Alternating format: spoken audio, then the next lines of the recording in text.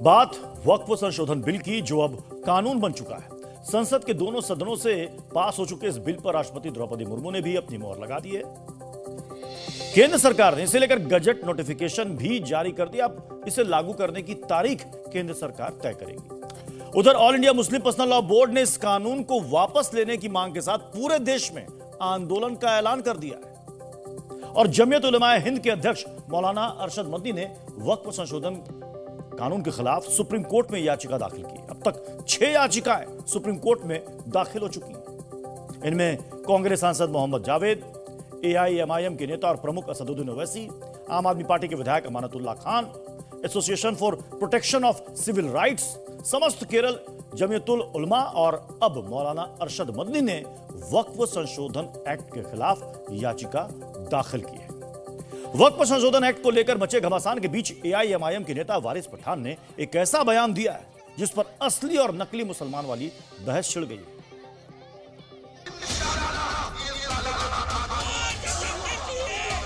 देश का मुसलमान किसी कीमत पर इनको माफ नहीं करेगा, कभी माफ नहीं करेगा।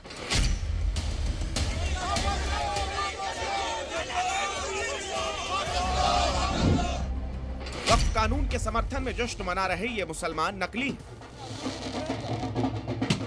वक्फ कानून के खिलाफ जान दे देने की बात करने वाले मुसलमान असली हैं।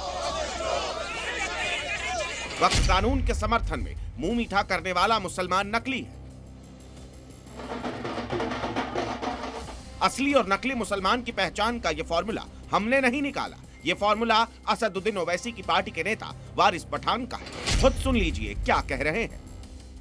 कुछ लोग ऐसे हैं, मीर सादिक, मीर जाफर, हमारे यहां भी, जो मोदी के, बीजेपी के, आरएसएस के तलवे चाटते हैं, जो खुद के जाति मफाद के लिए बिल का समर्थन कर रहे हैं।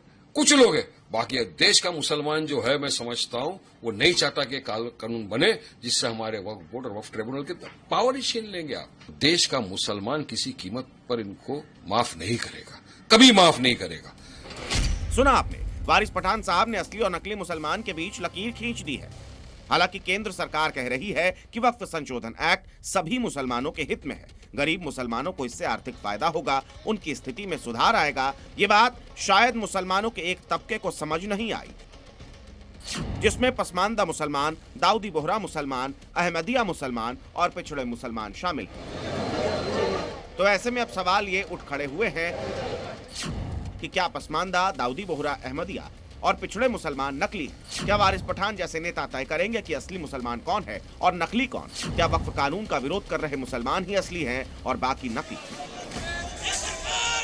इन सवालों ने एक नई बहस छेड़ दी है, बहस असली और नकली मुसलमान की। वारिस पठान ने जो कहा है ना कि जिन मुसलमानों ने वक्फ बिल का सपोर्ट किया है गद्दार है, तो ये कहना गलत है। गद्दार नहीं कहना चाहिए, वो उन्होंने अपनी ज़ाती मुफाद के खातिर सपोर्ट किया है, अपनी सीट के लिए, अपनी कुर्सी के लिए। एकदम सही बोले हैं भाई, बिल्कुल सही बोले हैं, वो कोई गलत नहीं हो बात, बिल्कुल सही है।